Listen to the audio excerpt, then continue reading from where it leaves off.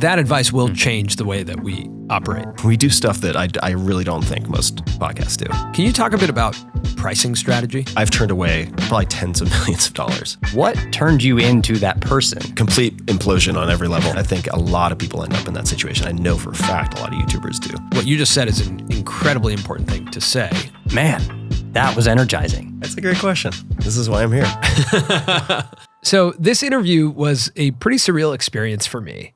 I spent a lot of my 20s listening to the Tim Ferriss show, and the conversations that I heard on that show really shaped my identity as an entrepreneur. He's interviewed guests like LeBron James, Jerry Seinfeld, Madeleine Albright, Mark Zuckerberg, and the list goes on. Over the last 10 years, he's released almost 700 episodes, and the show has been downloaded 1 billion times. He's written 5 New York Times best-selling books, including The 4-Hour Workweek, which you might be familiar with. It's a book that really redefined the way people think about work-life balance. Colin and I were really excited to have him on the show. He doesn't go on too many podcasts, and Tim is one of the most uniquely qualified people to give us advice on the business that we're building. No matter if you're a podcaster, a YouTuber, or an entrepreneur of any type, the frameworks and knowledge that Tim shares in this episode, you can apply to whatever you're working on.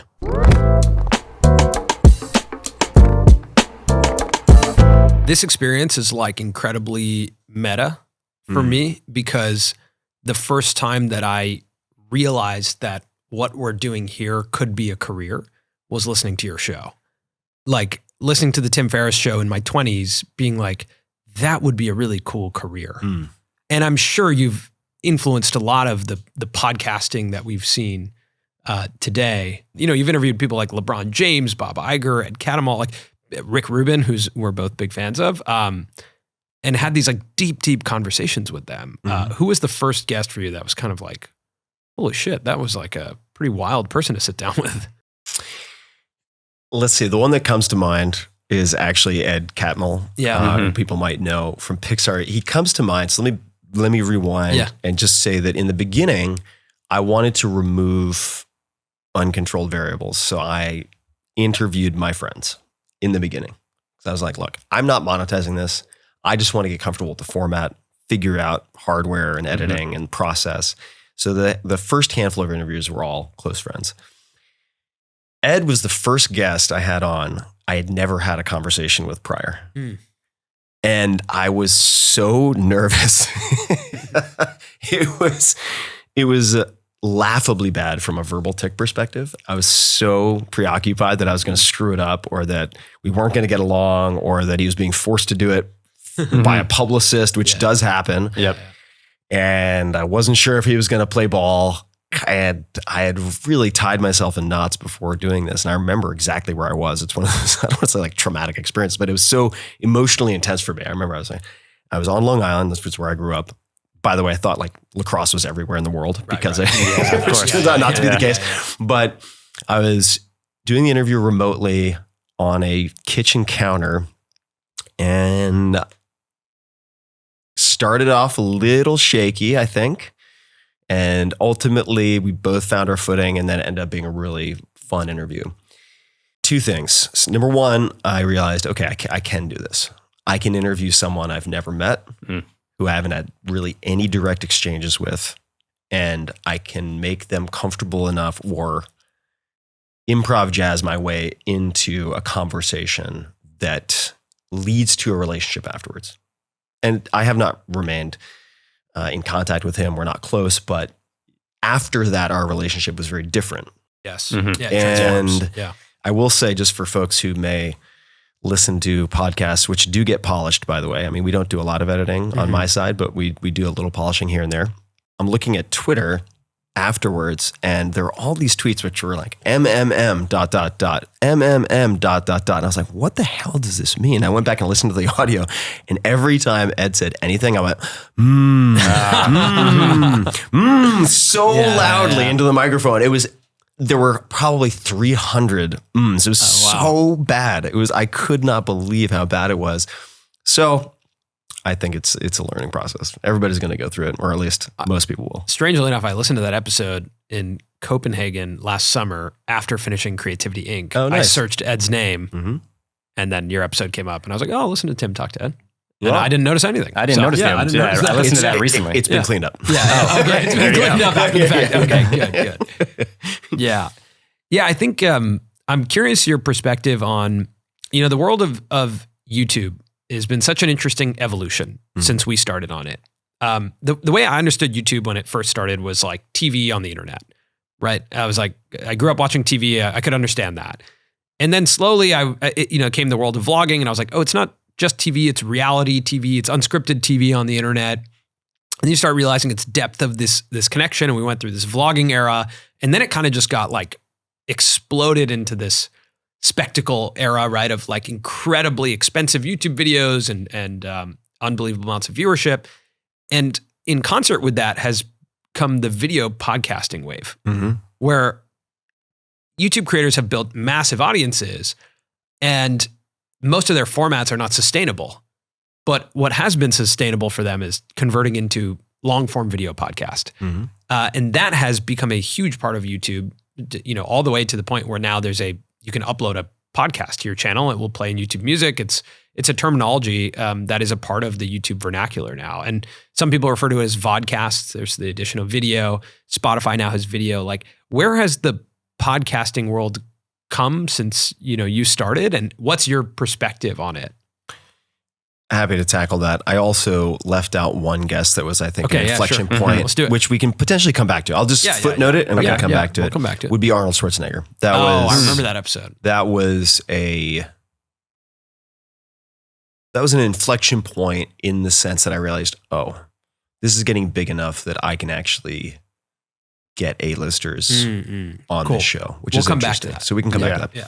Video is certainly not my primary area of expertise, but I would say what I've observed, and this is not a novel observation, but certainly I would attribute some of Joe Rogan's ability to pull ahead of his cohort directly to video and really taking smart advantage of YouTube, not only long form, but also in clips well before that was considered part of the mandatory playbook, and utilizing YouTube as a search engine and headlining or using both thumbnails and catchy titles / headlines very, very effectively. And also capitalizing on the news of the moment and having guests on who would be making the rounds just in terms of algorithm strength on not just Google, but also on YouTube.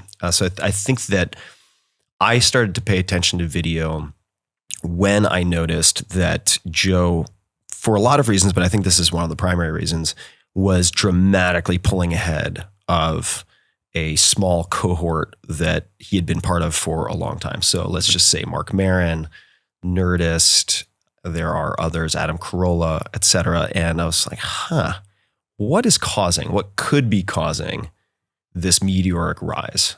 And the best answer that I can come up with is the use of video at that time. These days, at least what I'm observing, and then I can give you my perspective, the word on the street, like what you hear now is you have to do video. Yeah. If you want to grow, the driver of that growth is going to be video. Therefore, you need to have video. And I have a visceral aversion to anything that is phrased as a must. And I want to look for edge cases that prove that incorrect. Yeah. What I have certainly seen is people who utilize in the podcasting world, let's say they're podcast native and then move to video in a sense, that video can be a huge, huge accelerant. If you look at Andrew Huberman, who's executed, I think, extremely well. Yeah. You look at Lex Friedman, who's executed extremely well. Yeah. I do think that a core component of their growth strategy is video, without a doubt. I have resisted the push to video for a few reasons. The first is that it is largely antithetical to the reasons I started podcasting in the first place. So what did I like about podcasting? Extremely long format in my case. And we can come back to this, but I think a lot of clips get watched and do not convert into listeners consuming long form. And so it's become a battle of clips, growing social presence, not necessarily an audience, a sticky audience of people who are dedicated to what you're producing in the long form. And I'm okay with the smaller audience. I want a very particular type of audience. Right. So I don't necessarily want to shift my attention to optimizing for short form. However, what I would say is that starting podcasting, some of the appeal was found in being able to travel with my recording equipment. So I'm here in California right now. I have a Zoom recorder, got a couple of mics. I also have some Shure mics that can attach to my iPhone and someone else's phone. I can carry my recording studio per se in my backpack. Yeah. That's really nice. That provides an incredible level of flexibility. I can also record remotely, and certainly the software and options have improved in the last 10 years. Yeah. So that it's very easy with surprisingly high quality to record remotely. I like traveling. I enjoy going many different places. I enjoy the flexibility that it provides with scheduling. So let's just say hypothetically someone's filming a movie, and if I have a direct connection with them, which makes things a lot easier rather than having to go through like a phalanx of 500 people on their entourage, it's just like, yeah, we can record it. If you're in your trailer and just bored, just like shoot me a text and we can hop on for an hour and you're done. You know, like you could like hop out of the shower. I don't need video. Like video changes the dynamic. We were talking about this a little bit, right? So it's as people who are watching this, if they're watching it, may realize I have a very bald, shiny head. And so I was like, looks pretty shiny on the video. Might want to fix that. Let's see. And it changes the dynamic, not necessarily for the worse, but it does change it. There are more considerations. And so many of my guests, I would not, especially in the early phases when I was in hyper growth mode, which I would say I am not in right now. So that also dictates not a resistance, but a questioning of video, especially when it entails at the higher end, building out a studio, having a location, bringing in staff. I want to be very careful to measure twice and cut once with those decisions because they seem to oppose many of the things that led me to podcasting in the first place. So I'll stop there, but those are some of the considerations. And I will say that I've observed a lot of creators, if they don't have certain values set up front and constraints set up front, they're almost like cats chasing a laser pointer with the latest format, the latest tool, the latest platform, the latest algorithm change. There are cases where it makes sense. I don't want to say that people should not pay attention to the algorithm. Look, if your economics in part depend or in full depend on understanding how things have changed, you have to pay attention. I don't like that feeling. Yeah. For that reason, I think I have generally been on the dull edge when it comes to platforms. I don't hop on the newest thing immediately. I wait quite a while. I do think it's so important for creators to tailor their format to their lifestyle. Yes. If they have a good understanding of the lifestyle they want, and if they have a good understanding of what they actually like about the process of what they're doing, and to also understand how heavy video is. We had an audio-only show called Creator Sport. We decided to take it to video, and we did it kind of nonchalantly. Because we were like, we understand video podcasts. We understand YouTube. It's no big deal. It took us a while to get that show off the ground, and it did change the dynamic. You know, our favorite thing about it was that we could record it if we were in the worst mood. And all of a sudden we'd flip it on and it was like, wow, I feel energized. It's 5:30 on a Friday or sometimes 1 a.m. on a road trip for a work trip. But man, that was energizing. Turn video on, do it here in the confines of the set, completely changed. And we've had to adjust now to try and find those elements from before video. Totally. You know, it was a privilege to not have video. Choosing a game you can play for the long term. It's so simple, but if you are doing something that is even slightly depleting over time, that is going to compound in a way that's very problematic. And for some people, educating, performing on camera is very energy additive, right? I think Joe Rogan's exceptional at it, right? He's a comedian. He's used to being on camera. He's very, very good at it. I don't think that is my strongest suit. Right? If I were looking at like the decathlon of content creation, that would not be my strongest event. And I get too self-conscious. think about my shiny head. I think about this, that, and the other thing, for like borrowing your floss. Cause I'm like, I think I have some shit stuck in my tooth. And I just have enough neuroses without having to think about that stuff. Yeah. And what I have realized is long form audio I can do for a long time because intrinsically I find the conversations rewarding. It's a very selfish show for me. Yeah. I am just chasing my personal interests. And I would be doing that whether or not I had the podcast. The podcast is just a very effective lure for getting people to have a conversation with me if they might not otherwise be open to like a 3-hour conversation. Yeah. So the question of whether you can play the long game is important, not just because sustainability is interesting from a sustainability perspective in and of itself, but if you are on any platform, you are competing for attention. You are competing for stickiness. You are competing for not just casual fans, but super fans. And if someone else is getting more energy and can sustain a format better than you can, you are going to lose.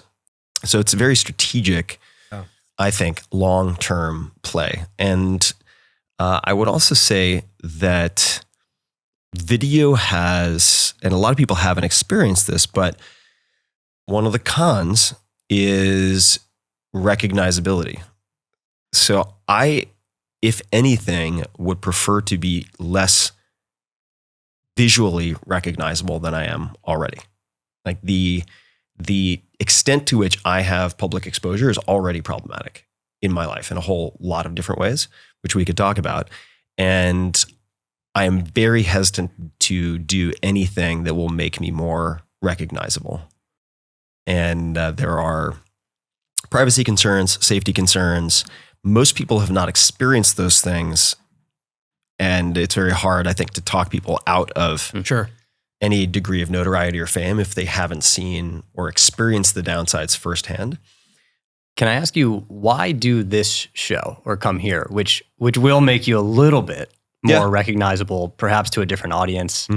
And you said hesitant, so that doesn't mean like you don't do anything, obviously. Doesn't mean I'm already, so like it's hard to put the toothpaste back in the toothpaste tube completely. Yeah. So why come do this show at this point in your career?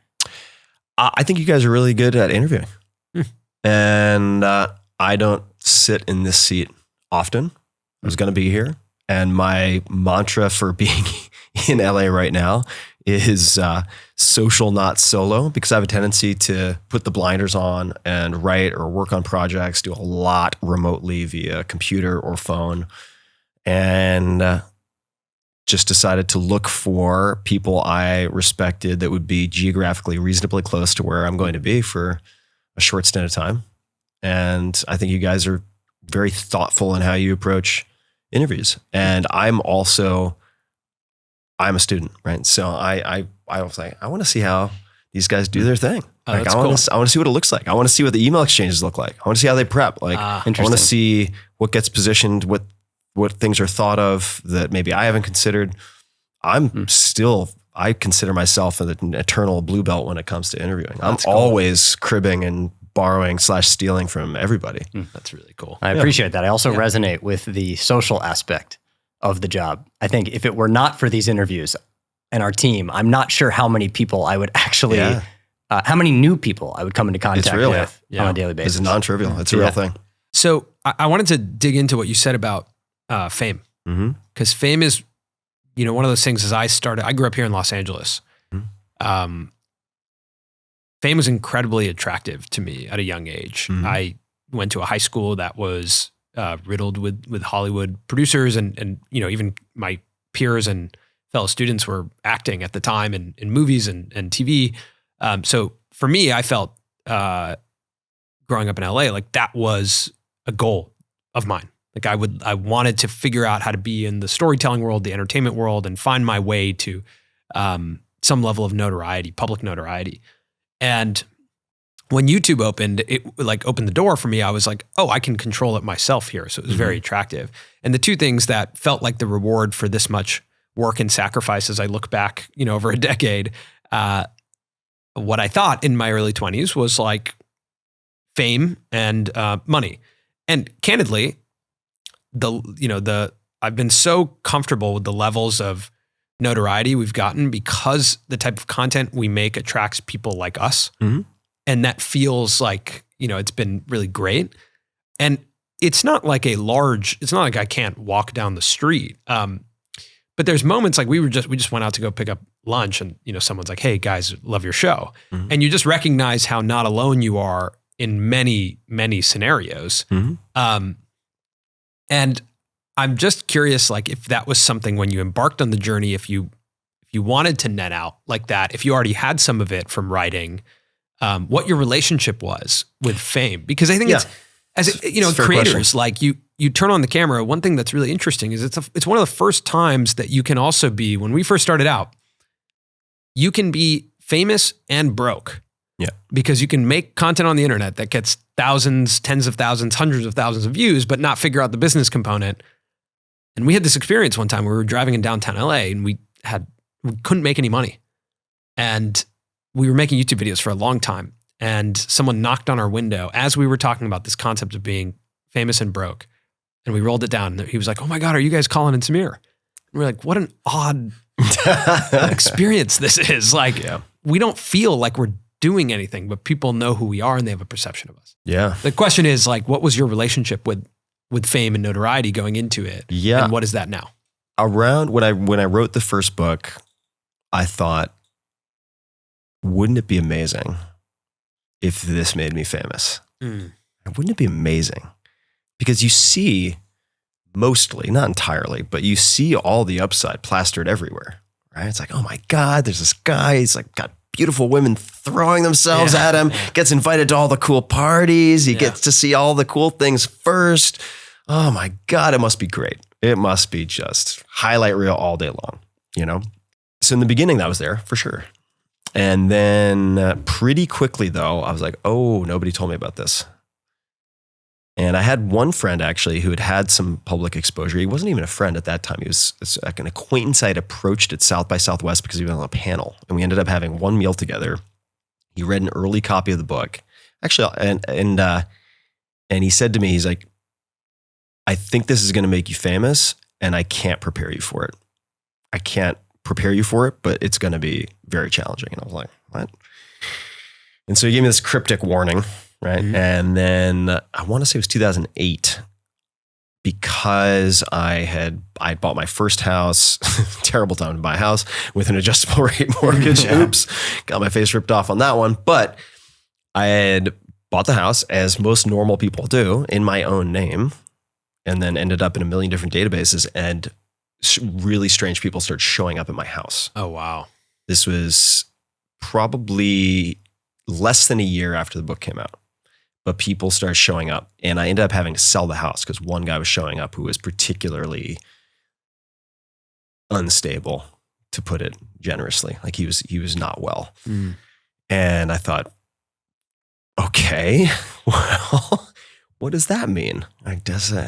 What do I do now? And I started thinking about how to mitigate some of that risk, but there are certain things you take for granted, just as you might take all sorts of things for granted before a lockdown during COVID. Right? Yeah. And then all you want to do is go out to that restaurant you always complained about to be around people, to have a cup of coffee. Yeah. And there's certain things you just wouldn't anticipate, right? And this is not for people listening. Like I'm not trying to give you a sob story, woe is me. There are plenty of upsides also, right? Like without the book and the public exposure, never would have had the opportunities I had in angel investing, which ultimately gave me the most financial security of anything that I've done. On the downside, I'm going to give you an example from yesterday, right? I'm looking for a place to just sit down, chill with my dog and get some work done. Went to a co-working space that was like a pretty high-end spot, invited by a friend, and no way I could do work, right? And the people were very nice, but it's like there was no conceivable way that I could focus on anything for more than 15 minutes because people were coming through, and it's very flattering, but it creates some really unusual social dynamics. The thing that I think about with how long form your stuff is, that quote where people say like, you're the sum of your 5 best friends. I heard that quote 2 days ago, but they said you're the sum of your 5 best friends. And that includes parasocial relationships. Okay. Tell me more. So you think about in a given week, who's between your ears, right? You might call your mom, your right. brother, your best friend. You know, I talked to my best friend the other day on the phone, 20 minutes, fun conversation, laughed, great. If I listen to one of your episodes, I potentially am with you for 3 hours, uninterrupted, in between my ears. Mm-hmm. My relationship with you and the way you speak and how you might respond to something is really, really, it's almost like AI, right? It's like the amount of input I'm getting of Tim Ferriss creates a incredibly deep relationship with you. And we see that with YouTube when you add the face, you know, and typically with a vlogger or someone who's speaking directly to camera, they're also looking you in the eyes. And you potentially will spend more time with them than you will with your own parents or your, you know, even your best friends. Or your best friends. And I'm curious about that parasocial relationship, because I think it has nets out very positively for a podcaster and someone like you when it comes to the business of advertising.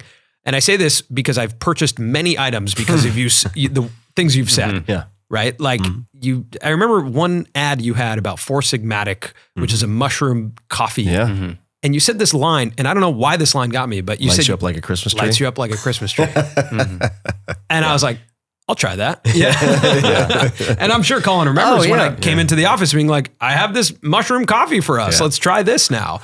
Or Athletic Greens. I had like an adversarial relationship to your advertising. I have that. I want to hear about this. I just feel that way with like personal development, self-development content. I'm ready to call it BS. Like I just am. I think a lot of people show up. You should be. Yeah, people are ready to it's be a like, shell game mostly. That's BS. And over time, because your ad reads are long and there's a good amount of them, I'm like, oh, well, Tim actually is pretty passionate about this and it sounds pretty authentic. And I'm like, maybe I do want some mushroom tea. Like, I want to not be that guy, but like it is very effective. But that parasocial relationship that gets developed in long format content is unlike anything else. It is. Yeah. And perhaps really stronger with the absence of video. I think potentially stronger if it's just audio. Because my imagination is filling in the gaps for who I think you are, what room you may be in, the relationship you're having with the guest. I'm actually working more, which might make me more engaged. If you don't have the video, you can imagine yourself as another person seated at the dinner or the table. Yes. It's a little easier to use your imagination for that. And I'm very fortunate. The vast majority of listeners I ever bump into are super cool. I'm very fortunate. I feel very fortunate. And they'll say, I'm sure this is really strange because I know so much about you and you know nothing about me. And you must have people come up to you and they think they know you. And if I'm being honest, I mean, sometimes I'll just say this. I'm like, if you listen to me 3 hours a week, you probably know more about what's going on in my life than most of my close friends. Right. Like you actually do on some level know me, which creates an interesting dynamic. And usually it's fine. Sometimes it gets pathological and super weird. And I don't suspect that any of these warnings will stop anyone from seeking fame, but I do think it's worth trying to inspect the desire to become famous and ask yourself, if then, if I'm then famous, then what? Right. So like, what is the consequence, or what are the consequences or the benefits of fame that you are looking for? And look at alternatives to that. I think fortunately for me, in some respects, as I sort of segue into different chapters in my life, I think the half-life of fame is just going to get shorter and shorter and shorter. Interesting. So the ability to create the durability of a George Clooney as we remember George Clooney, or say an Oprah Winfrey as we think of Oprah, I hesitate to say it's impossible, but it's going to be very hard to build that type of dominance and sustain that type of dominance. There will be some exceptions, maybe the Kardashians, but by and large, I think the half-life of fame is going to be very short. So as there is an ever exploding just font of videos, audio, AI is going to multiply this dramatically. It will be very, very increasingly hard, I think, to vie for sustained attention from a dedicated audience. I wonder if that changes in the independent versus like traditional path. Meaning, if you're an athlete and you're at the top of your game and you're in live sports content regularly and ESPN is covering you and other outlets are covering you, if that's more of a sustained version than if you're independently creating. Or if you're, I agree with you that what you're saying, I fully agree. I look out at who was very popular on YouTube 5 years ago versus today, and which creators have, stood the test of time. And it's a small group. Yeah. It's been very hard to do this sustainably. I think both from audience interest trends, but also from sustainability of creation. When you're independently creating, you don't have an infrastructure around you. We have a term for it where we call it the paradox of permission, where if you aren't in this traditional environment where someone gives you a permission to stop, like if someone orders a TV show or a show from you, they say you can do 8 episodes and then you stop and then we'll reevaluate. What's beautiful about independent publishing is it's a permissionless environment. You can just do it yourself. But there's also no one there to give you the permission to be like, you can go on break now.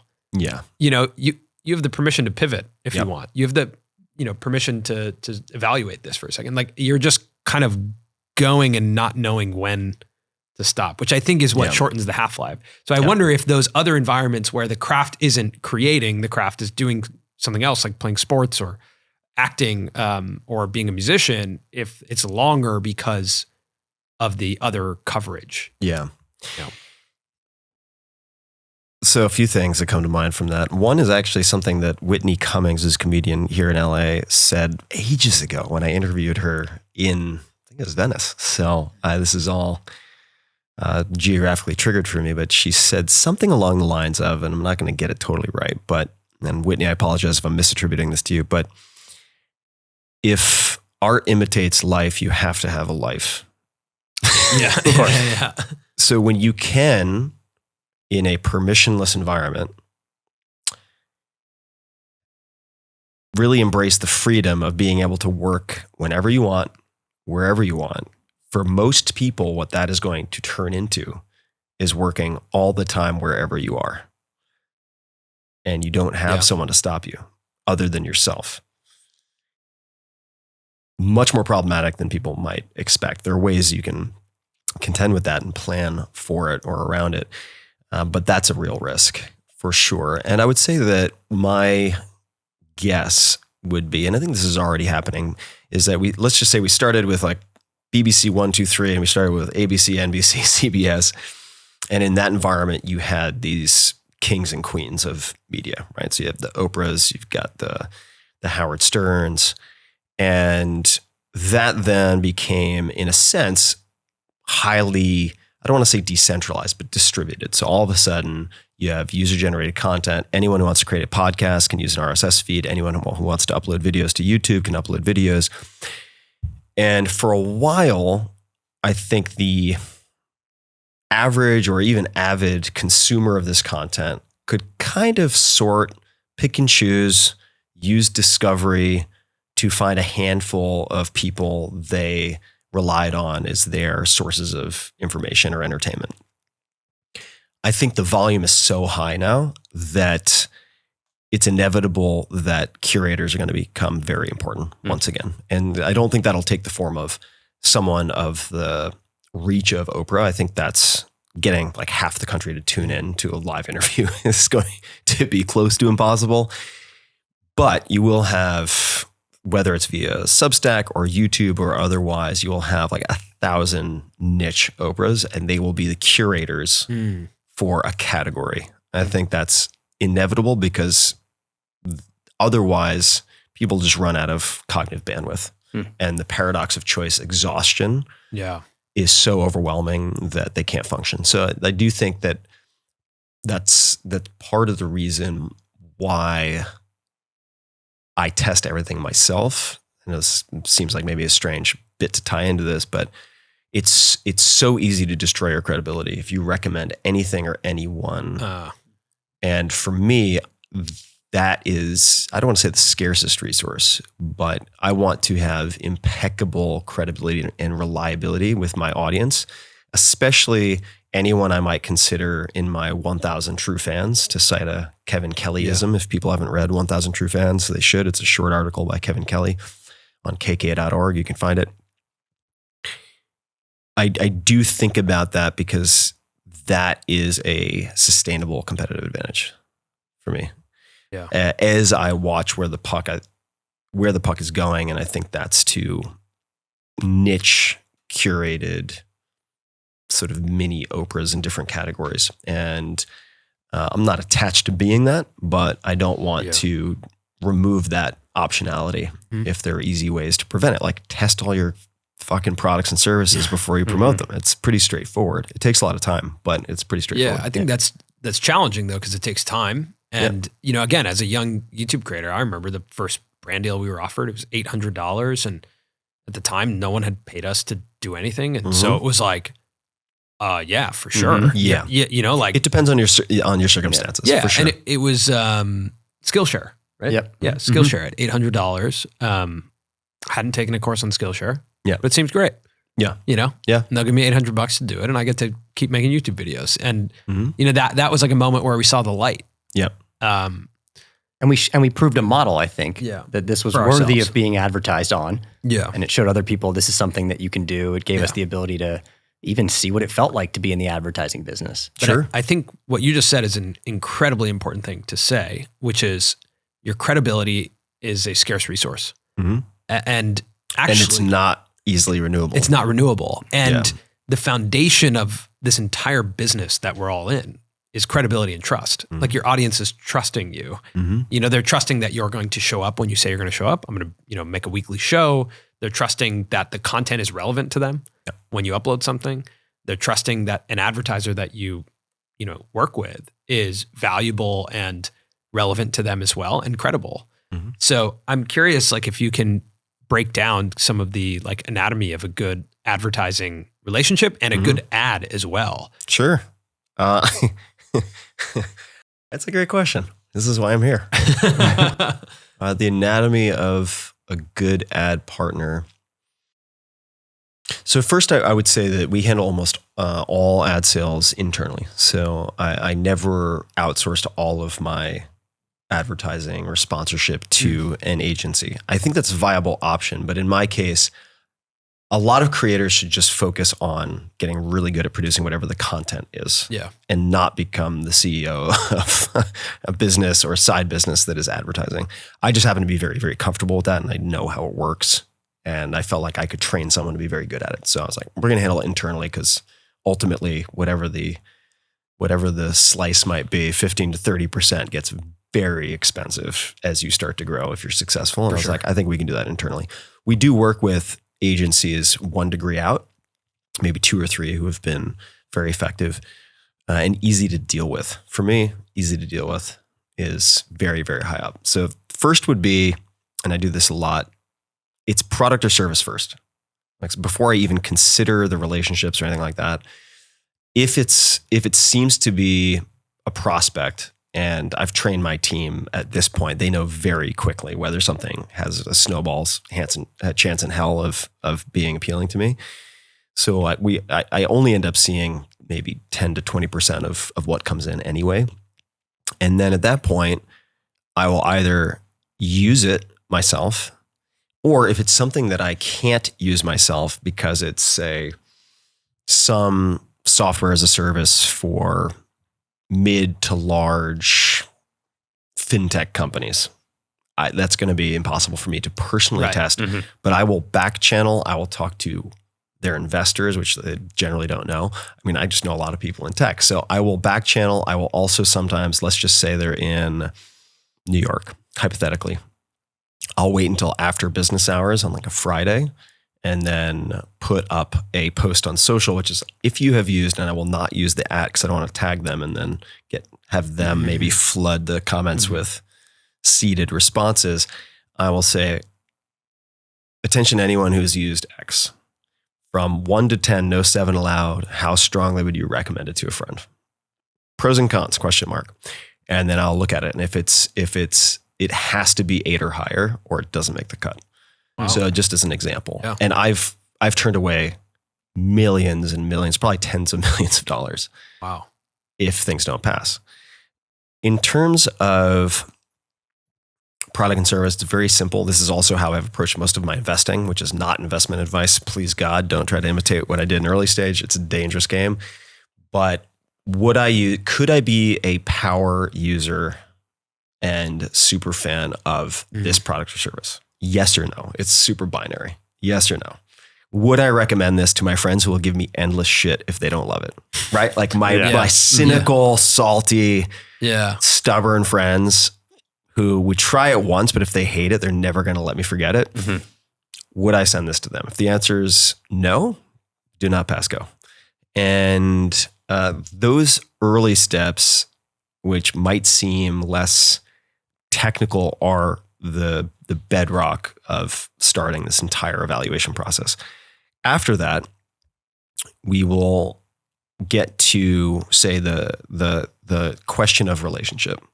Even before we get to ad read, are these people easy to deal with? Are they being really problematic? Are they pushing back on our insertion order document, right? Are they chewing up a ton of time from my team, which is a very lean team, in a way that is kind of a pain in the ass? And if so, they get cut immediately. Even if they've passed the other hurdles, they get cut.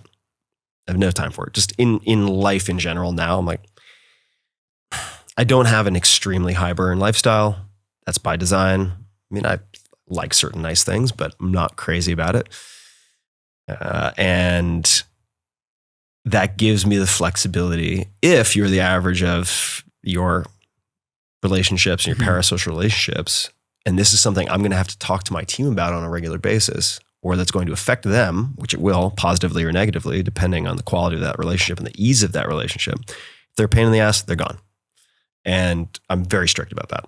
So if they're reasonable, like, it doesn't mean they can't have questions or even object to something in a sort of constructive, diplomatic way. But if they're difficult in any capacity, they're gone. And at this point, also, I've been very fortunate. The agencies we work with just know. It's like, Tim is really expensive and he's very strict. And you just got to know that going in. I'm like, great. I'm like, primed. Fantastic. Like, they know what they're signing up for. Perfect spot to be. And if you think it's going to be like a month-long negotiation thing where you change all of his terms, like, never going to happen. Not in a million years. And let's say, though, that they're like, okay, we understand what we're going for here, which is like, we kind of want to reach the audience of TED and like movers and shakers in 20 different industries at simultaneously, including journalists at all the top like outlets. Yeah. If you want to hit that crowd and you're not trying to hit mainstream, you just have to pay up. That's just the way it works, at least with my show. And so then we get to read, and I will not agree to taking someone on, and I don't want to make myself sound like a total jerk. I'm not a jerk about it. It's just like, what I can do, the best favor I can do to any sponsor is to have as many check boxes on my checklist to ensure that they will be successful long-term before I say yes. Yeah. Also, selfishly, just saves us a lot of work. But saying yes too quickly can create an incredible amount of busy work and repair that I just do not, and churn that we just do not want to deal with. Okay. So I get the read. If the read has a bunch of, especially any claims that I think are dubious related to anything scientific, certainly any kind of pseudo medical claims, or if they're like, such and such has been rated number 1 out of blah, blah, blah. My team already knows this, so I'll get it. I'll be like, source. I want to see citations. Number 1, how? Who decided number 1? What's the assessment? What was the analytics firm? Did you pay for the analytics firm to do this? Yeah. There are many ways to become number 1. Yeah. I'm super rigorous with that stuff. Oh, interesting. And so we get the read, and then my team will do a first pass because they know what's going to get me all riled up. And sometimes it's great. Sometimes it's great off the bat. Otherwise, we'll do some modifications and then be like, all right, Tim is going to freestyle a lot of this. Ultimately, final cut is up to him. He knows what works for his audience. Are you okay with that? Because if they need me to read something verbatim, it just ain't going to happen. That's not how I work. It's also not in their best interest because it won't sound like me. And then we have, the IO, like, I think we're doing mandatory 3 spots maybe, because I imagine videos are, you have some idea of, after you see things finished in post, you have an idea of how you think something might do, but there's so much outside of your control, and there's so many variables, and it depends on like news cycle, who knows what's happening that week. I need somebody who can look at a pattern across 3, not a single shot, because it could be misleading either in overperformance or in underperformance. I'm like, I want you to see the performance across 3. Then, and it's a premium podcast, so it's expensive. So I'm also vetting. I'm looking at, okay, I've never talked about this. This is why it's fun to have these kind of interviews sometimes. Because of my involvement with startups, I will look at the position of the company from a funding perspective.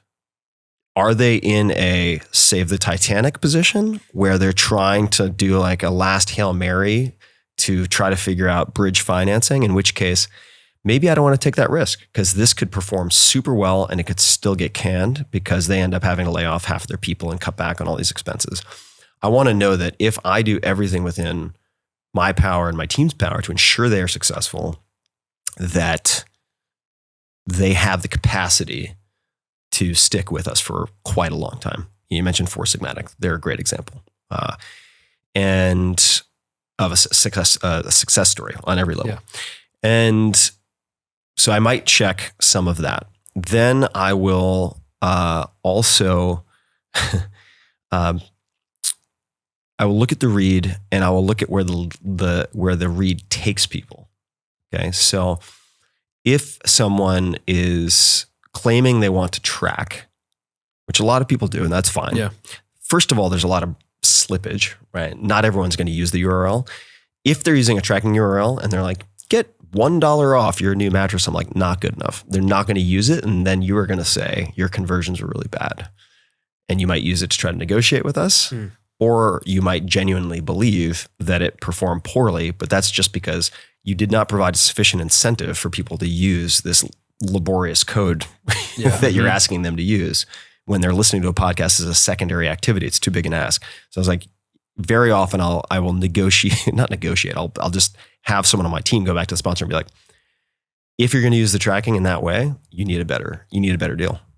And that's it. End of story. So, that's one piece of the puzzle. Another is looking at the landing page and going through the process of buying something, looking for technical glitches, looking for browser compatibility. I mean, like we do stuff that I really don't think most podcasts do. And looking at optimizing all of the points, the potential failure points for conversion, so that if we send a bunch of traffic, we have a reasonable belief that it will convert well enough to lead to a sustained engagement with the sponsor.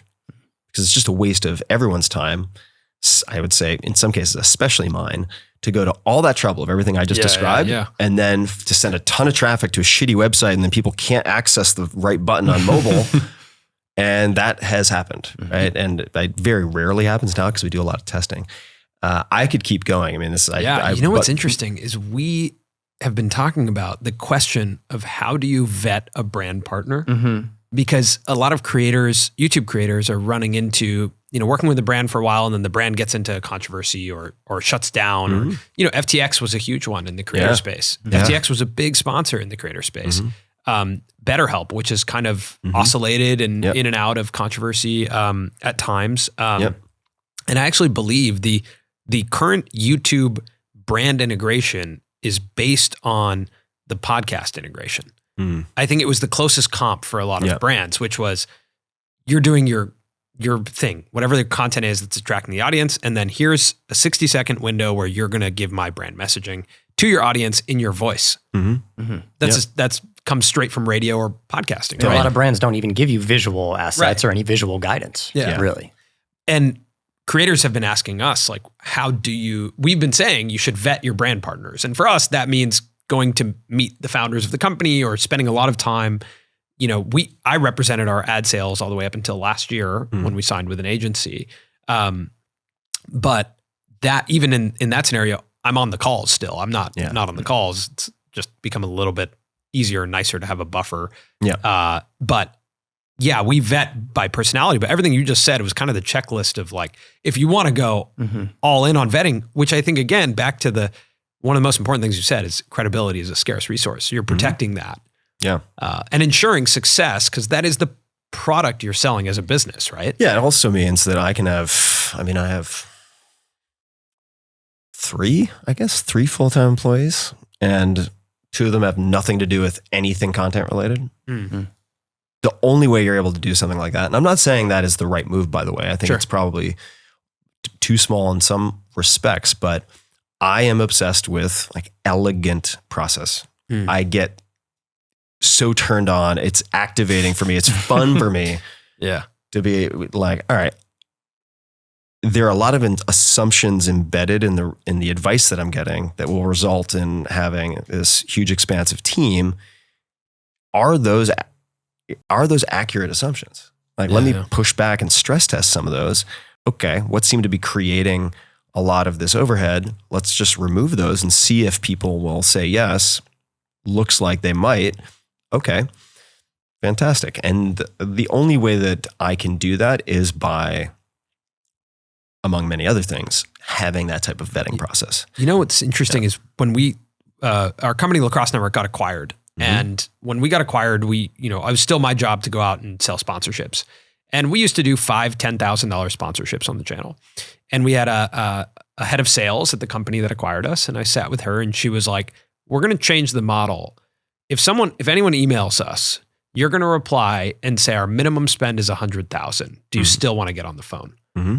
And we're going to filter. And it was incredible because what she taught me was it's the same amount of work to make a $5,000 deal and a $100,000 deal and $1 million deal. Mm-hmm. So you need to identify where the highest, like where are those deals, and actually don't spend any time. I would argue that in many cases, the lower the budget, the more talking you're going to have to do. Yeah, the more challenging it is. Yeah. Because you also potentially, what you don't want to be is someone's biggest marketing spend, or like, I'm really glad you brought this up. So when I have sponsors who check all the boxes I mentioned, but I'm getting the impression this is kind of a bet the farm type of move, I'm like, don't do it. I'm not going to take your money. Yeah. Like, keep experimenting, grow, do A, B, and C. I really like you. Let's talk then. Yeah. And sometimes I'll ask, I don't do this super often because some of the other checkboxes now help with pre-vetting that, looking at, say, funding. There are websites online where you can figure out roughly how much money people have raised, and places like TechCrunch and Crunchbase and so on report these things.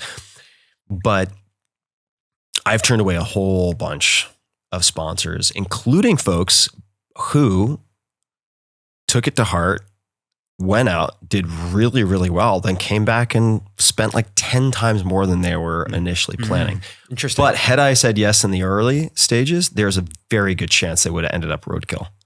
Interesting. Right? Yeah. Because they wouldn't have had the ability to spread out over multiple episodes. Yep. And man, if they had 1 out of 3, let's say the first one just face planted for whatever reason, like that day Trump did whatever crazy thing and then forget about it, news cycle, goodbye. That would have been a potentially fatal financial mistake. It's a weird amount of pressure on the relationship when you're their biggest marketing spend. You know? And you said something interesting. You said any level of discomfort will compound over time. Yeah. And I think that really applies to the relationship with your partners and advertisers. Yeah, you can think about it like dating. It's like if the honeymoon phase is like uncomfortable and like people are being really weirdly demanding and getting upset at small things, this is not going to get better. At all. Like, this is before they give me money. Oh man, this is going to get so much worse. I think that goes for alignment with the product too. Yeah. You don't really enjoy the product or the people there. It's hard to not be yourself. Yeah. Especially over a long period of time. I'll just to show you how high maintenance I am. There are cases where I will be in talks with a brand. I think I have a little bit of leeway to give this type of feedback simply because of my track record with the early stage tech investing, my involvement with a lot of these companies, but I'm not going to name names, but there are companies who have come to me, they have a really good product, but it has 1 or 2 features that are really problematic. And I will in some cases go back and be like, I think this is a great product, and they're launching in like 2 months, right? They don't have a lot of wiggle room. I'm like, but I can't recommend it because this feature and this feature are a real problem. And it's like, if you change those features, or like if you can address this and this, then I'm happy to promote it in the ad read. Otherwise, if you have another product, we can consider that, but I can't recommend this one. Wow. Because I know that, well, I don't know. I do actually, because my audience is large enough, right? If you have an audience that's like several times larger than New York City, it's like if you experience something as very, very frustrating, you are not going to be the only one. But is it going to be 1% of my audience? Is it going to be 50? Is it going to be 70? I don't know. And I'm not willing to take the risk. Yeah. So in some cases, I'll actually ask for product or service, like feature development. And you don't want to be the face of customer support. Yeah. No. And people will let you know. Yeah, exactly. That happens with us. That's happened with us. Because I think what's important is you look at the context of a brand integration as a recommendation. I think that's actually a good term, because I remember your book, The 4-Hour Workweek, was the first time I'd ever heard the term firing clients.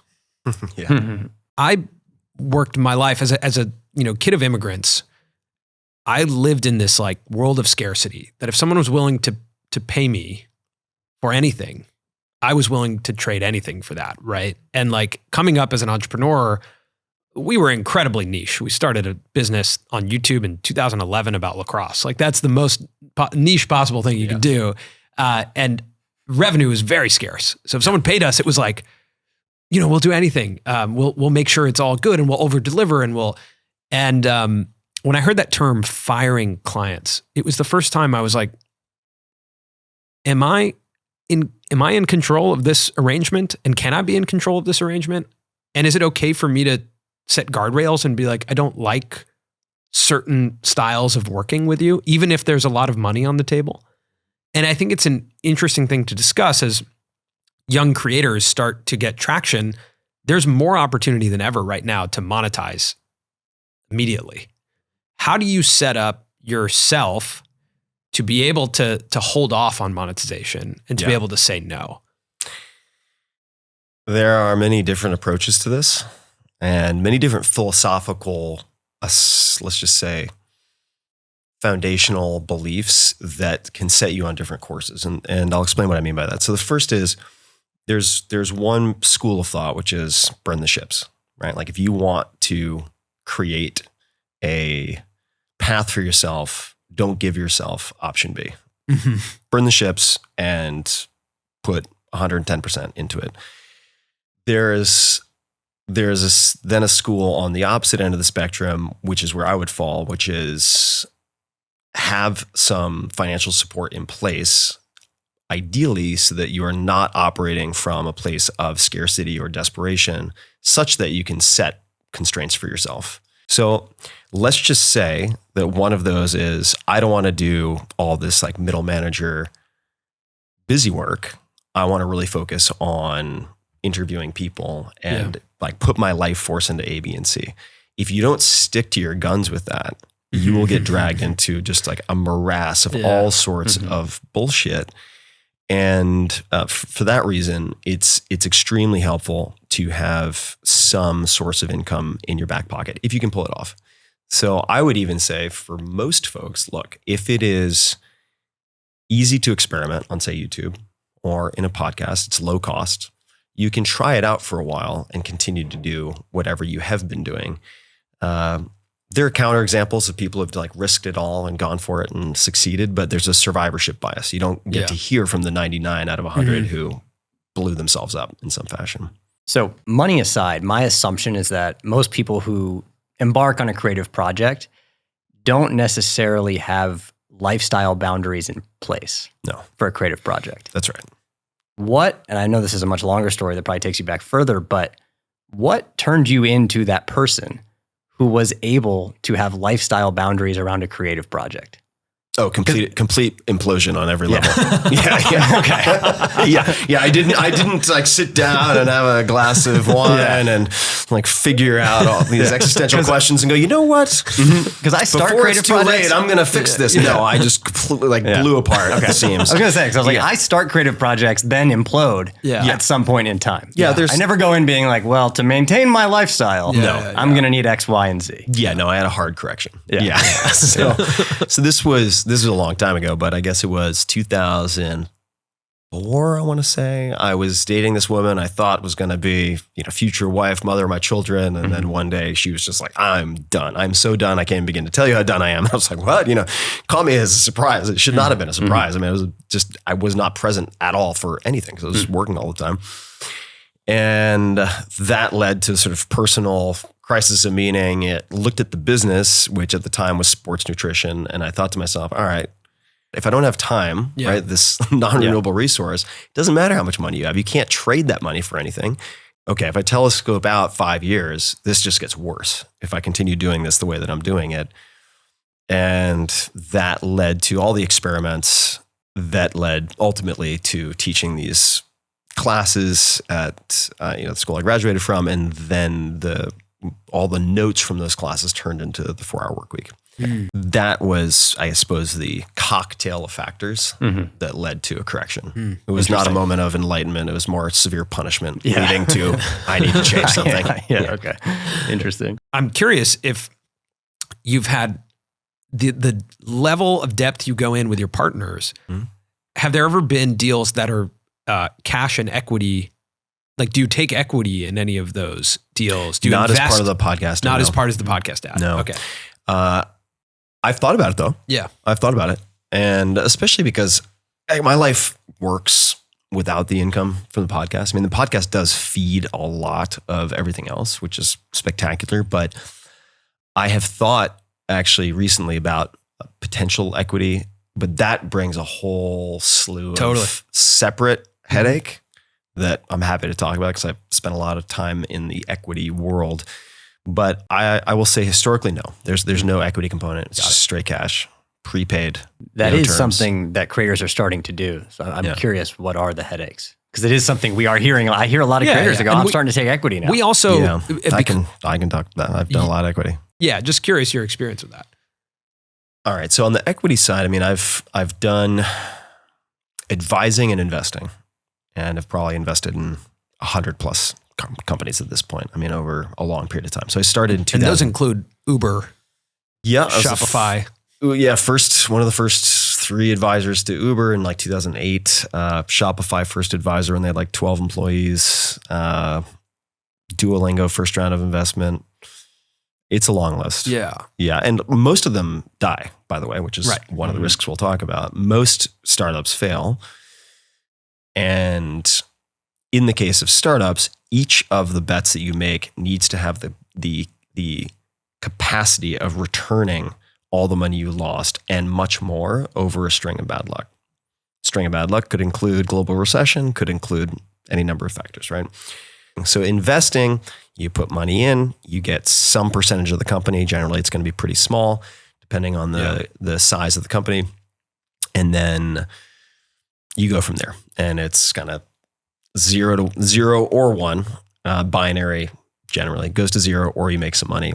And then you wait. So there's another risk of equity. In most cases, and I think if you're Mr. Beast or something, you can make requests of companies that fit a different profile. Right. But by and large, if you invest in a company that is growing or going to grow really, really well, but it's early stage, it's 7 to 10 years to an exit. Wow. That's a long time. Long wait. It's a long wait. So advising is where you put in sweat equity, and there are certain expectations that you want to make sure everyone is on the same page about, like what the deliverables might be. Yeah. As an advisor, what is the work you are going to do? What help are you going to provide, or services or exposure? Make that really concrete. And then over time, they will give you equity. The downside there versus investing is you got to work for it. Yeah. You got to put in time. And I will say that in an advising situation, because I don't know how these deals are structured, I would love to know what YouTubers are doing exactly. Like if they're putting in money, or if it's like, I will do these things, therefore give me equity. Because the risk of the latter, as appealing as it seems, because it's like, I don't have to put in any money, but by the way, time, energy equals money in a lot of ways. So you are kind of doing the same thing. If you do something along the lines of advising and the company does not work out, you can end up being like the hired help for like 10 years. Right. And have no financial return. Right. And how many of those can you afford to have? So I haven't done any advising in a very, very long time because I view the downside risk for me now at this point in my life is higher than investing. Investing, you know your downside. Right. It's capped at whatever you put in. Interesting. Can you talk a bit about pricing strategy? You spoke you spoke about, keeping your rates really premium on your ad rates. And I think a lot of creators who listen to our show and I think even entrepreneurs, there's the mathematical side of all of this, which is like CPMs, right? And YouTube AdSense gives us a CPM that we fall under. When you go out to sell a brand deal or a brand partnership and you're talking pricing, I think there's a lot more nuance to that based on audience quality, how relevant it is to the advertiser. How have you thought about pricing strategy and what advice can you give on how creators can price themselves? Yeah, my pricing has largely stayed exactly the same. I think I could probably increase it in a couple of instances. I think we're at $60 CPMs, something like that. And I think we could probably charge 2 or 3 times that for some of what we do. Yeah. So I've been a bit lackadaisical, maybe lazy in toying with it too much. But at the time, that was considered insane. Yeah, because I think... Meaning when you started? Oh, yeah, when I started. So when you started at a $60 CPM? Yeah. I just wanted to be basically the most expensive or one of the most expensive. And I looked at, I think at the time, some of the NPR shows were like $12 CPMs, but they were third-party read, so not host read. And the reads were very short. They did not tie into the hosts in any meaningful way whatsoever. And I thought, okay, I assume the conversions on those are quite bad. Do I think my conversions could be 4 times better? Absolutely. I think they could probably be 10 times better. And therefore, and I do this a lot, I aim for ultra premium. And this is something I talked about even way back in the day, I guess in 2005 when I was writing the 4-Hour Workweek. There's always a market for the best. Always.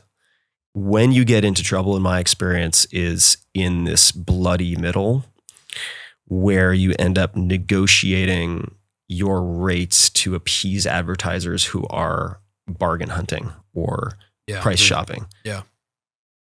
So one of my goals from the outset was to, by approaching long form in the way that I've approached it, with complex subjects, with difficult to reach guests, or just amazing guests no one has ever heard of, right? So I am a source of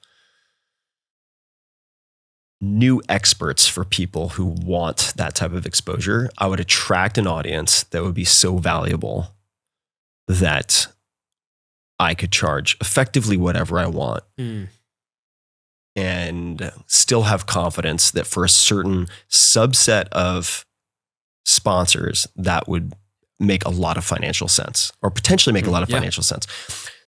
All of this brings up like quality of audience versus just size, scale, and scope. And I think also quality of partnerships, quality of, quality as like as a factor in this career, which I think is something that is often overlooked, especially now that, the biggest difference I would say between podcasting and YouTube from a audience perspective is the public view count.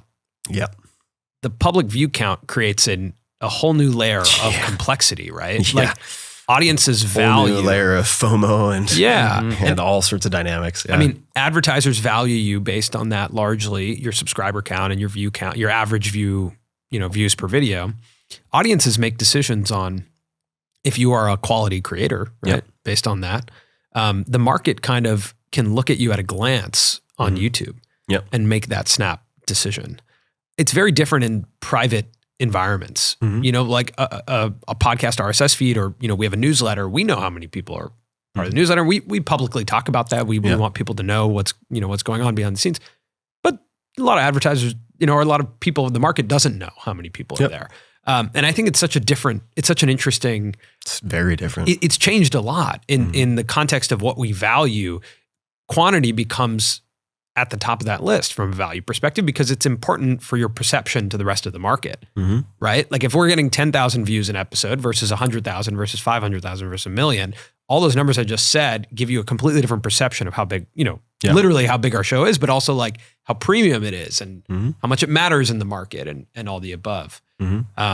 I find that to be something that's a really interesting trade-off of putting your work on YouTube or it's a huge difference. It's a huge difference. And I, for one, love being on a playing field where, because that is not openly transparent on a given platform, the advertisers pay less attention to it. Right. Right. It's just, it's sort of this invisible factor. And ultimately, what at least I've seen over the last 5 years certainly is a lot of these brands, maybe it's different because I'm just such an anomaly in how I run the podcast and the rules and policies are so strange. Yeah. I don't think they're strange. They're just unorthodox. They just care if on their return on ad spend, right? That's most people are like, I don't care what numbers you show me. Sure. Ultimately, it's like dollars in, dollars out. What does it look like? Great. Yeah. I'm like, that simplifies things tremendously. And I'm also in a very advantageous position because I started when there was much less noise. Totally. Right. So I was able to reach escape velocity at a time where it was easier in a sense, simpler maybe, both. And sustaining that escape is easier than achieving it now, for sure. I would also just add one thing that came to mind to the equity question earlier, which is, I think we are going into a climate where a lot of startups are going to die. Yeah. And I don't think the pain has fully been felt yet by a lot of companies that have raised a good amount of capital from venture funds, and that likely it's sort of Q1 2024 when things are going to get really ugly. And a lot of these companies that are spending very, very heavily on podcasts, probably on YouTube, are going to run into some real challenges, and we'll probably have to cut back a lot in every conceivable area, and many of them will go out of business. So there's quite a lot of risk, I think, in equity deals right now, unless you are the lever. Right. That can which is happening, right? Oh, you, sure. you brought up Mr. Beast, and you look at what he's doing, or Logan Paul with Prime. Like, there are so many. Yeah, I mean, there are a bunch. I mean, I was with the Shopify guys recently at South by Southwest at their, I can't remember the term they used. The Creator Mart. Yeah. Creator Mart. We were with Harley the next day. Yeah, right. Yeah. And just walking around and hearing the backstory on some of these companies, it's incredible how much revenue they're driving, which are, in most cases, products and companies that these creators are founding themselves, as opposed to, I don't think they are other founders' companies that they're taking small equity positions in. So if it's a fascinating game, I would just say there's a good amount of risk in taking equity, especially because if you're taking equity, whether it's advising or investing in later stage companies, the valuation is going to be higher.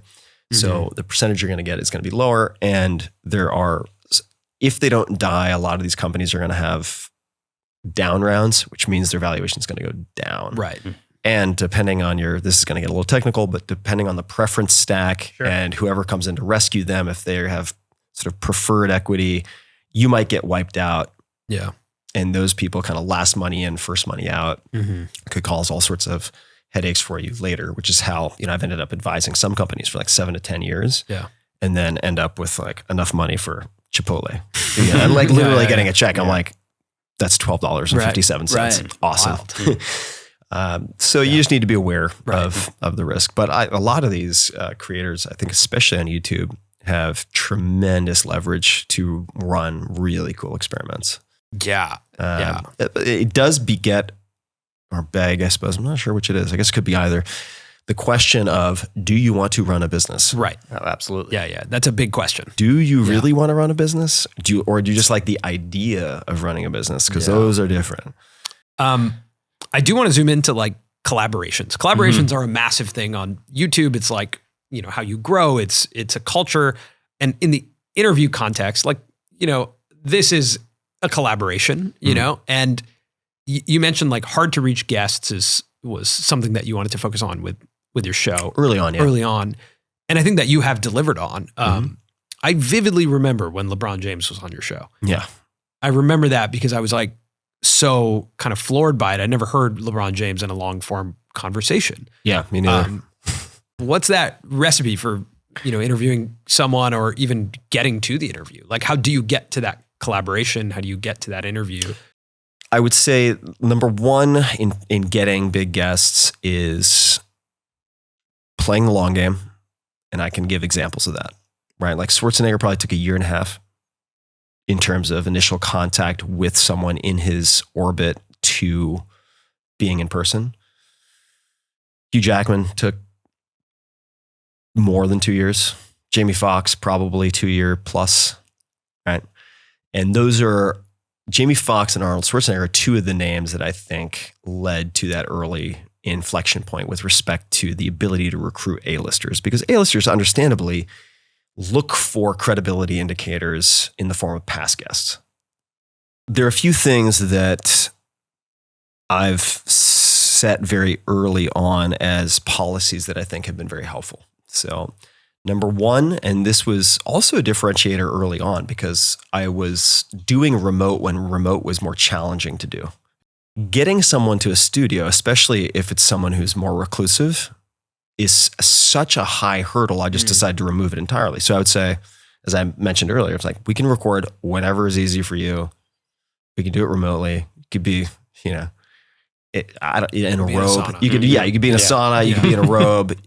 We're not going to do video. That was a selling point. And you have Final Cut, as does every guest who comes on the show. So that's still, I think, a very important, and making it as easy as possible for people to say yes. Oh, I'll even say, if we record the whole thing and for whatever reason you're unhappy with it, just can it. No problem. Yeah. And well, we didn't even talk about guest vetting. I mean, you heard about my sponsor vetting. Boy, I can't imagine what it's like. There's a lot of vetting. Yeah. There's a lot of vetting. So by the time we get to booking, at this point, we have a very high degree of confidence they're going to be good guests. Right. And we don't make the guests jump through all that hurdles, but we do a lot of background work. And sometimes it's easy, sometimes it's hard. If somebody has long form audio or video, it makes it pretty easy. Yeah. And if that's not compelling, I don't care how much of an A-lister they are, it's just not going to happen for me at this point. It's not interesting. And if it's not interesting to me, my assumption is it's not going to be interesting to a bunch of my audience. And that's abusing my privilege of having an audience. So I don't do it. I will generally ask for the guest's favorite long form interviews they've done. It could be text, it could be video, could be audio. And reviewing those is kind of step number one.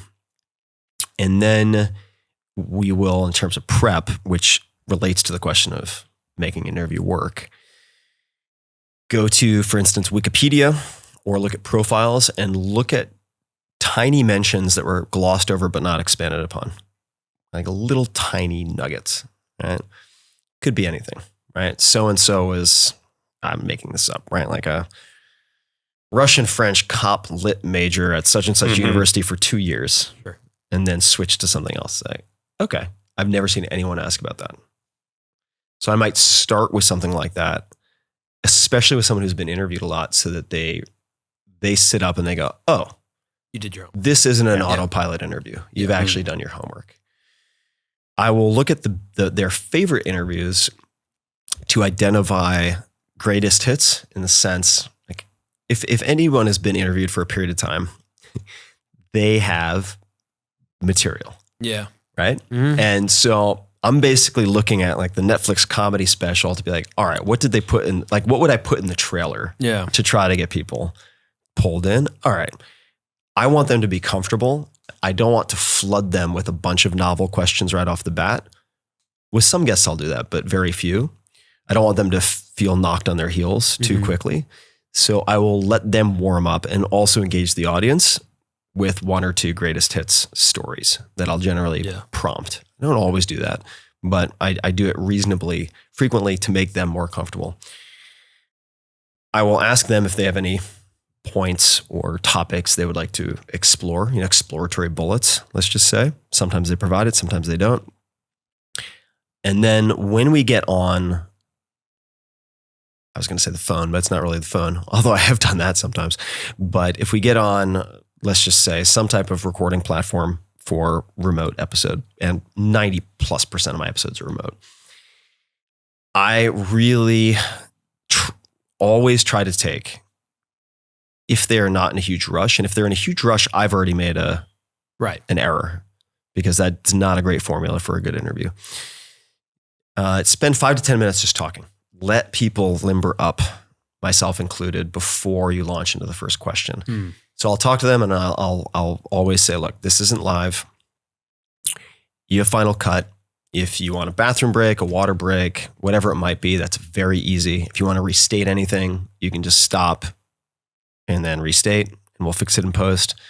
If you say something and you're like, oh, shouldn't have made that joke about my wife, let's cut that. We can cut it. Yeah. This is as friendly as it gets. And then I'll ask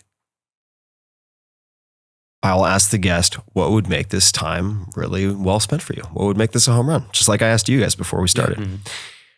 Almost no interviewers ask interviewees that question ever. That's a good point. And it's so easy. Yeah. And I've had so many guests. I mean, I would say at least 20, 30% of the guests, especially those who do a lot of interviews, are like, I've actually never had someone ask me that. Yeah, it's a good point. And they're like, thank you for asking that. And then they think about it and they come back, and I'll say, that can inform how I architect the conversation. And I have a very interesting audience that can inform how I direct the conversation towards particular segments of my audience. What would make this, if you look back at it 3 months from now, it's come out and you say, wow, if somebody else asks me, what is one of your favorite interviews you've ever done? I want this one to be the first one you send. That's a good note. And I'll say, I always like to let people know where I'm going to start so that we don't stumble out of the gate. I'm likely going to ask you about this, like, who is Joe Herbert and why is he important in your life? Does that make sense? Is that a comfortable place to start? And I'll do that before I have the rest of the housekeeping stuff, so that they have time to sit with that, and it has time to germinate, so that by the time we get to it, it's like, boom, out of the gate, they're in good shape. And I really feel like the tenor of interviews, often, not always, but it's decided in the first 10 minutes. So you really want to do everything that you can possibly do to ensure that the takeoff, like taxiing and takeoff, is as smooth as possible. So those are a few things. That's really good advice. Your answer just revealed to me how new this career is for Samir and I. Yeah. That was so much for me of like, we did almost nothing. Almost nothing on that list. I consider you and I to have a lot of attention to detail with most of the things we do, but hearing that was so interesting, because clearly you didn't start out the gate like that. No. Yeah. It's just stuff I figured out. There's a lot behind the scenes. There's like the setup. It's like the gymnast who goes out in the Olympics and does a routine on the, on the parallel bars, didn't just walk out and do, there's like the warm up and everything going into that's really important. And I view the interviews as a performance sport.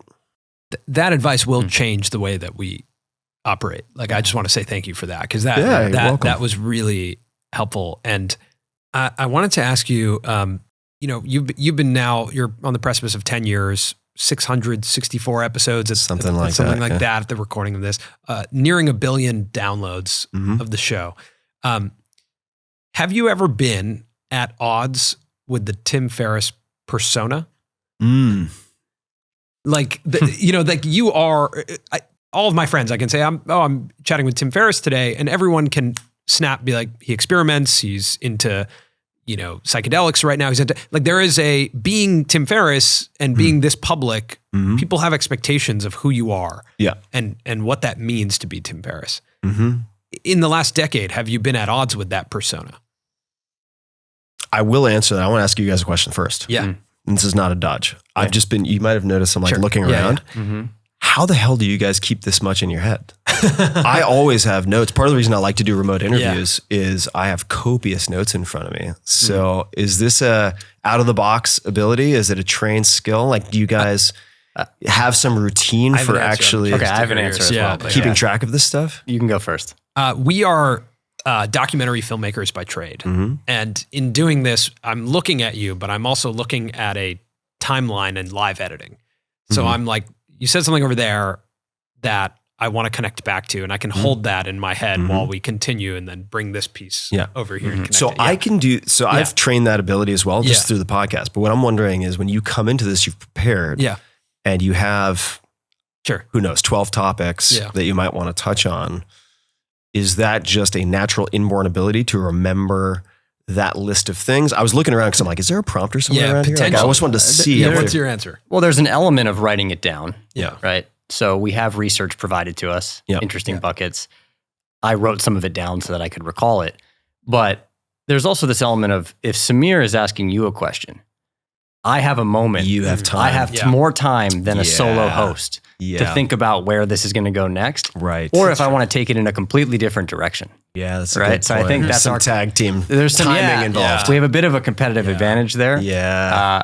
It can also be difficult because if I have a direction that I'm ready to go and all of a sudden Samir or you take it in another direction, I have to let that go. Yeah. And we both took improv class, which helped with that separately because of that requirement of yes-anding, both the guest, but also each other. Because, I can hear you and I'm like, I know exactly where I want to go next. And then Colin asks a question and it's like over there.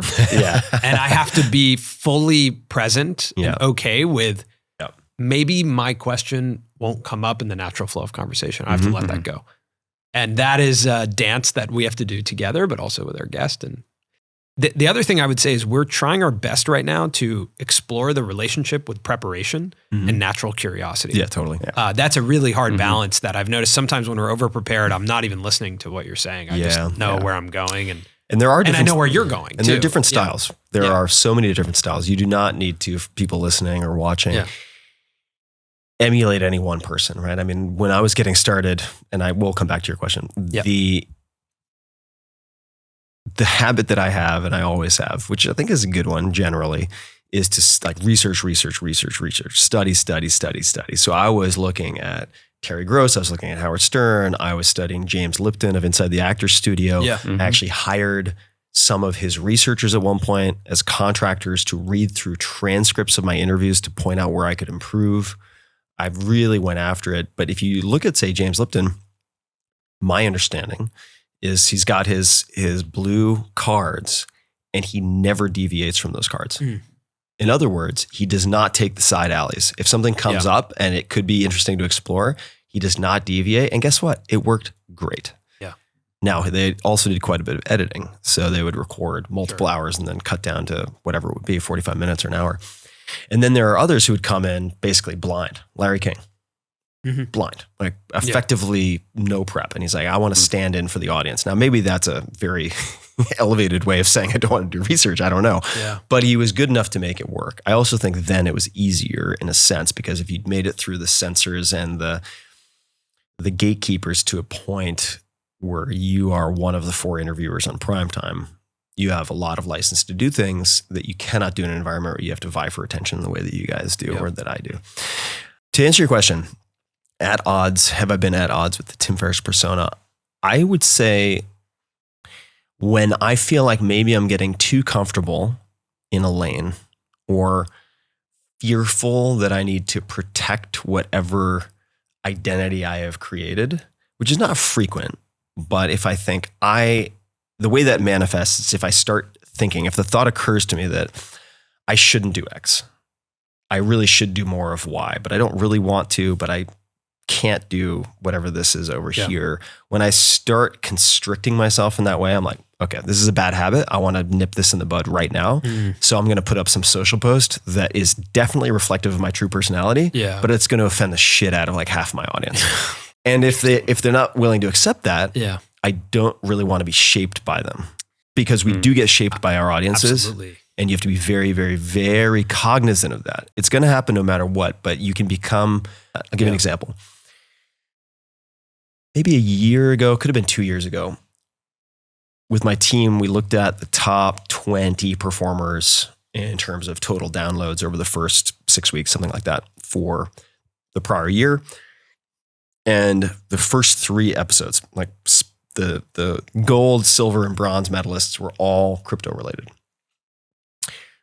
All right. So the immediate thought and recommendation from some other people, like consultant types we were working with, was double down on crypto. do more crypto. And I thought to myself, let's telescope out. What does this look like if I take that advice? This becomes a crypto show. Do I personally want to talk about this all the time? The answer is no. Every once in a blue moon, yes. And if I double and triple down on this, I think it's playing a very short-term game, and I don't want to play short-term. This is something I want to play long-term. So by I think pushing back instinctively or just as a policy against anything that I feel compelled to do, whether it's related to my own identity or direction of the podcast, I prevent getting too attached. And every once in a blue moon, right? It's like, okay, it's crypto. But then I do a interview, I think it was Dr. Sue Johnson, this late 70s, maybe 80s, relationship/family therapist in Canada. And this thing exploded. It went completely bananas. And I was like, thank God that it doesn't all have to be crypto. You're following your authenticity. Yeah, I'm following my interest. And so I'd say that those are, I think about this a lot though. Because it's very easy to be shaped by your audience. It's very easy to be shaped by whatever trends or fads are really prevalent. It's easy to be shaped by the market. Easy to be shaped by the market. Yeah. And I would just make a couple of suggestions to folks. So part of what has really informed my thinking there's a chapter that is in the 22 Immutable Laws of Marketing. It's incredibly outdated in a bunch of ways, but there's one short chapter. It's probably 5 to 10 pages long, called the Law of Category, which was incredibly impactful for me. And effectively, it's just saying, don't be the best, be the only. Like, how do you create new categories? The question of how can I be a category of one? Yeah. Right. So when people ask me, like, how do you feel about your competitors? I'm like, I don't view any of these people as competitors. As soon as you start thinking competitive terms, you're going to start making compromises and succumbing to groupthink and conforming in ways that you may not even recognize. And that will lead you to be less differentiated, generally speaking. But it's easier for me to sit here and say all this stuff than it is someone who's in hyper growth mode in the first few years of a project. It's like in the beginning, you got to buy your first few clients in a sense, right? When I did my first angel investing, I deliberately set out to make myself the cheapest labor on the cap table. What all that means is I'm putting in like $10K investment, right? Yeah. Even if it's a moonshot that pays off, like, okay, so maybe I make $100,000 over 10 years. It's not, the sort of net present value of that. It's like, it's just not a huge payoff. And I was like, I'm going to put in $100,000 worth of value in terms of my work for this company if I'm advising in like the first 2 months. And they're going to be like, what the fuck is this guy doing? Like, it doesn't make any sense for him. But what was I after? I wasn't after the payoff of that company. I was after a referral. I wanted the strongest possible recommendation from that person to the next CEO or founder. And similarly, in the beginning, you may and probably will have to bend over backwards to make sponsors happy, even if it financially ends up making very little sense for you because you're putting in so much time. Yeah. But what do you need? You need referral and credibility. Yeah. And once you build that momentum, you are in very good shape, assuming you don't destroy your reputation somehow or damage it. Right. Which is surprisingly easy to do if you start cutting corners. That's really helpful. Is there still space in the podcast world for creators? I think so. You just have to compete. I mean, it's a bloodbath out there. Now, I would say that if you are, it depends on why you're going on. Is there room to go in and do interesting things and find it incredibly personally rewarding if you approach it the right way? Yeah. Yes. Is there room for creating something that is financially viable if you have the hope of supporting yourself and maybe even your family with a very comfortable lifestyle, but not private jets and flying to Cannes and wining and dining with Leonardo DiCaprio? Yeah, absolutely. Right. But if your aspiration is the Leo, this is all or nothing. Yeah. I either want to be a super celebrity raking in millions of dollars a year or it's a failure. then you're setting yourself up for a psychological implosion. Right. And the odds are against you. Yeah. I would say if you, on the flip side, read 1,000 True Fans from Kevin Kelly, you can find it at kk.org, and you pick up a couple of other things and you're like, all right, I just want to feel like I am contributing to a community of like-minded people who I really like, doing something that I respect myself for doing. Yeah, try it and do it in the lightest way possible. Right? Yeah. Cheap, fast experiments. For me, that's the name of the game. I have the resources to do expensive experiments. I very rarely do expensive experiments.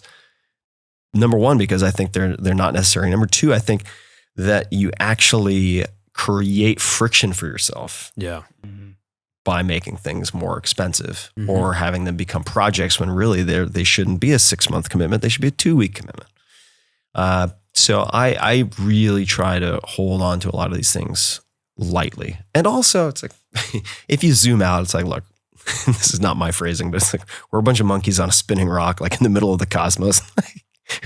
Who fucking cares? Like, like try your new YouTube format. Oh God, the sky is falling. It's Alexander the Great. What's his full name? Greatest conqueror the world has ever known. Like nobody knows. Like, really, like this is not going to be in the grand scheme of things. 10 years from now, something that you worry about. So try it out. And you can always put that jacket back on. I love that. I really, really, really enjoyed your ebook of the 17 questions to ask yourself. And I just wanted to ask if you could talk through some of those questions and where you came up with those. Yeah. Because I find as I go through my creator journey and my entrepreneurial journey, it's like I'm very good at finding solutions to problems or answers to questions that someone brings to me, but I'm not very good at finding the questions I should be asking myself. And I found that to be a very cool ebook that you created and really good questions that make you ponder of what are you spending your time on? What are you doing? Yeah, totally. Those 17 questions, I think they appear in Tools of Titans, maybe Tribe of Mentors, one of those 2 books. Those are questions that I have gathered over a few decades. Right? So I'd say number 1 is just borrow shamelessly. Whenever you come across a good question, capture it somehow. I do that. I collect questions. So if I'm reading an in-flight magazine and there's an interview and I'm like, terrible interview, but that question's really good. I will literally, I'm not proud of this, but I guess back in the day I would tear out the page. Now I just take a photograph, and sometimes they work. Sometimes they completely flub. They don't work at all. That happens too. Fix it in post. That's my recommendation. But those questions have helped me, so I return to them frequently. And this is top of mind because a younger friend of mine came to me asking me about these 17 questions. And he said, how do you come up with these questions? And I was like, well, first of all, you should notice that some of them are just stolen. And there's one, for instance, which is, am I hunting field mice or antelope? What does that mean? Yeah. The whole story that goes around it is, if you're a lion, you can stay alive by hunting field mice and spending all of your time hunting field mice, but you're much better suited to going after big game and going through intense sort of sprints of focus that allow you to down real significant prey. And so it's just an easy metaphor to ask yourself, am I majoring in the minor things? Yeah. Right. Am I really focused on the 1 or 2 things that could change everything? The 1 or 2 things that can make everything else easier or irrelevant? Or am I just scattered and doing every tiny task that grabs my attention because I don't have a forcing function? So that's one.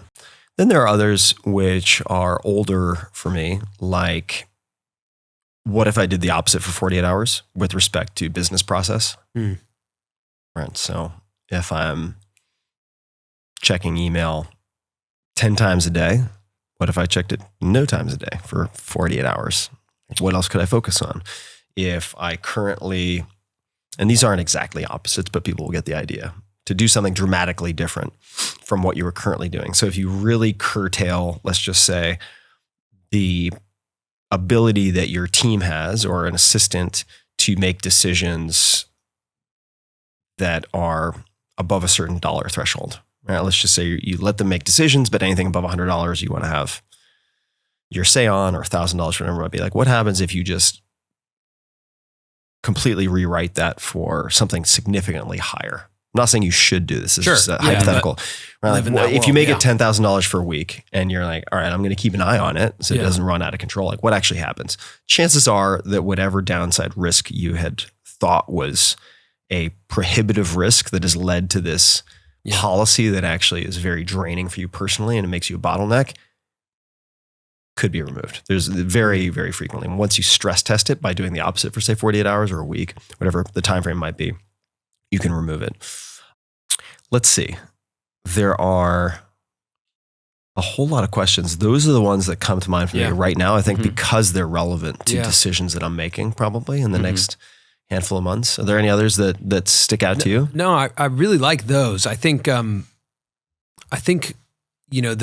frameworks that you provide, especially with those, the opposite is a really interesting one because it addresses something else I wanted to talk to you about, which was fear setting. Like the opposite is a lot of our actions, I feel like in a day are you live in fear of what if you don't do it, right? Like, so if we're like, let's say sometimes I try and sit and question everything we're doing, right? Which is similar to that, where it's like, what if we didn't upload the video of this? What if we, didn't do this show at all? What if we don't upload YouTube videos? What is it like? Live in the world of just the complete opposite of what you're spending day to day on. And I think it's also allowed me personally to say, what if I wasn't on sales calls? What is the risk? How do I evaluate that? Because I think you can get off sales calls. Yeah, but it took me a long time to do it because I was fearful. Yeah, I was very fearful. For sure. Yeah. What if I didn't do that? And then I've been off sales calls this whole time. He's been off sales calls the whole time. Look at me. But it addresses the questions that I would love for you to speak about fear and fear setting, because it's another one of your frameworks that I really appreciate. And I think that as an entrepreneur and as a creator, like fear has been such a presence in my journey. And we talk so much about goal setting. Whenever I'm feeling fear, I will goal set. I'll be like, let me hit pen and paper and say, okay, what am I working towards? What's my North Star? But I won't address the fears. And your framework was the first time I heard of something that allowed me to say, wait, I can actually just write these down and address them. Yeah, happy to talk about that. And another question that I ask myself frequently, which I think would be great for creators to play with, is if you had to take a 4-week vacation, not 2, like you can't let things catch on fire and then put on Band-Aids after 4 weeks, right? Maybe you can do that for a handful of days, maybe a week. You can let the house catch on fire and then try to put it out. But if you had to take 4 weeks, no computer, no phone, you are off the grid, what kind of systems would you put in place? If you had to do it, what kind of systems would you put in place? How would you make it work? How could you make it work is a really helpful exercise. Right? Yeah. So on the fear side, so fear setting first, I guess, made its public appearance, for me at least, in the 4-Hour Work Week. And I've continued to do it probably once a quarter, sometimes more frequently, depending on what neuroses has gripped me at the time. And it's very straightforward. So in the same way that you would goal set and make things specific, measurable, achievable, smart, right? Have time bound, et cetera. You're applying a lot of these same criteria to your fears. And therefore the name is fear setting, because the fears really exert the most paralysis and produce the most anxiety when they are nebulous. Yeah. When they are unclear, when you're just in a room of psycho-emotional smoke. And there are some easy ways to clear that out, right? I think it was Yoda who said, name must your fear be before banish it you can. I wouldn't know, but something along those lines. Sure. Yeah. That's for you, Star Wars nerds. Naming your fear allows you to defang it in some interesting ways. And this is directly borrowed from it's a slightly user friendlier version or more concrete version of something called premeditatio malorum, which is an exercise from Stoicism. Seneca the Younger has written extensively about this, but the power of negative visualization. In other words, the benefits of imagining the worst case scenario. And some people might say, and I run into this sometimes, they're like, well, like you're just going to manifest the worst thing if you're constantly focused on that. It's not to constantly focus on it. The only way you can avoid constantly focusing on it, I think, is by kind of trapping it on paper in a way that lets you see how manageable most of your fears are. And the way you do that is straightforward. And I can also recommend, if people are more visual, I have a TED Talk that I gave some time ago. It's done quite well. I think if you just search my name in fear setting and video, or if you go to tim.blog/TED, then you'll find that, as well as a script that you can look at. It's very simple. So let's say we'll take the 4-week off example. So you're imagining taking a vacation, but if you're like most driven entrepreneurs, and maybe we should come back to drive at some point, but most driven entrepreneurs, your utopian ideals that you have in your head of what entrepreneurship will look like are shattered pretty quickly, and then you just end up working all the time. So maybe the idea of taking 4 weeks off, it seems like a complete impossibility. It's like, okay, well, let's stress test that. Rather than just saying, I can't do it. Like, well, let's test that a little bit. Maybe you're right. You might be right. In some cases, you examine your fears and you're like, yeah, that shit's scary. I shouldn't do that. Mm-hmm. But you should at least cross-examine them first. And the way you do it is very simple. Grab a piece of paper. You can do this digitally. I find it better to do offline, because there are so many things that can pull you in terms of notifications and distractions if you're online. That's also a challenge of YouTube versus podcast. Yeah. Right? Mm-hmm. Yeah. Man, are there so many shiny objects trying to grab you in the periphery of that video. Okay, so you have a piece of paper. Make 3 columns. The first column is listing out all the things that can go wrong. So you take 4-week vacation. What are the things that can go wrong? And you write them out and make them as specific as possible, right? So who knows? I remember when I first did this is a long time ago, but it was like, I'm going to miss a letter from the IRS and I'm going to get in trouble and they're going to audit me and da. Okay, that's one. Next one is some suppliers are going to go out of business. This is when I was running the sports nutrition company, and manufacturing is going to have an issue and yada, right? Okay. And down you go in this column, and try to come up with at least 10. Okay, that's like the worst things column. The next column is what you could do to minimize the likelihood of those things happening, right? Mm-hmm. So missing the IRS letter, you could redirect those letters somewhere else. There are a number of services that will forward mail or PDF scan them and send them to people, like, for instance, your accountant. Yeah. Great. That should solve the problem. All right, and then you go down. All right, supplier issues. Well, maybe if the supplier issues, and this is a real example from my life, most likely problem scenario was running out of 1 or 2 bottleneck ingredients in some of these products. I was like, okay, well, it would be a little expensive, but what if we pre-ordered a stockpile of this so that at least for a period of 3 months, the likelihood of it running out was effectively 0, assuming no spoilage? Would that solve like 90% of the supply chain issues? Yes. Okay. Mm-hmm. So that might fix it. Things you could do to minimize the likelihood of these things happening. Third column. If this thing happens, what could I do to recover from the damage or get back to baseline? Right?